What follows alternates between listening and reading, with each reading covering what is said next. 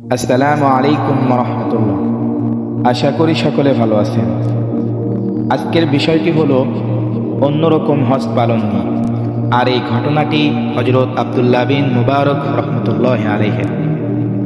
হযরত আব্দুল্লাহ বিন মুবারক রহমতুল্লাহ আলাইহি হজের উদ্দেশ্যে রওনা হয়েছেন। সাথে একটি কাফেলার একটি মুরগি মারা গেল। কেউ সেটাকে ডাস্টবিনে ফেলে দিল। মৃত মুরগি ফেলে চলে যেতেই পাশের বস্তি থেকে একটি মেয়ে মুরগিটি তুলে কাপড়ে পেঁচিয়ে যেতে লাগল। দৃশ্যটি হযরত আব্দুল্লাহ বিন মুবারক লক্ষ্য করলেন। গভীরভাবে চিন্তা করলেন, মেয়েটি মৃত মুরগিটি কেন নিল। সাথে সাথে মেয়েটিকে ডাক দিলেন।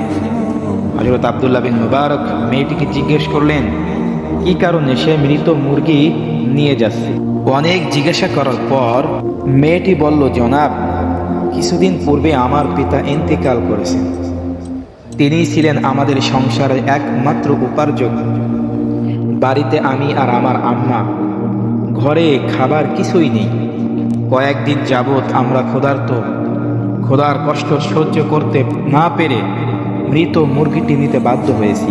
মেয়েটির কথা শুনে হযরত আব্দুল্লাহ বিন মুবারকের হৃদয় কেঁপে ওঠে। ভাবতে থাকেন, আল্লাহর এসব বান্দারা অনাহারে মৃত প্রাণী খেতে বাধ্য হচ্ছে, আর আমি হজ করতে যাচ্ছি, তা কি করে হয়? সম্ভব নয়। খাদেমকে জিজ্ঞাসা করলেন, তোমার কাছে কি পরিমাণ টাকা আছে? খাদেম বললেন, 2000 দিনার। এবার আব্দুল্লাহ বিন মুবারক খাদেমকে বললেন, বাড়িতে ফিরে যেতে কত দিনার লাগবে? খাদেম বললেন, প্রায় 20 দিনার লাগবে। তিনি বললেন, 20 দিনার রেখে বাকি টাকা এই মেয়েটিকে দিয়ে দাও। এবছর আমরা আর হজে যাব না। এবছর হজ ওইখানেই মওকুফ করে দিলেন। আশা করি এরকমের অসহায়কে সাহায্য করলে আল্লাহ তাআলা হজ্জের প্রতিদান দান করবেন। অতঃপর আব্দুল্লাহ বিন মুবারক বাড়িতে ফিরে এলেন।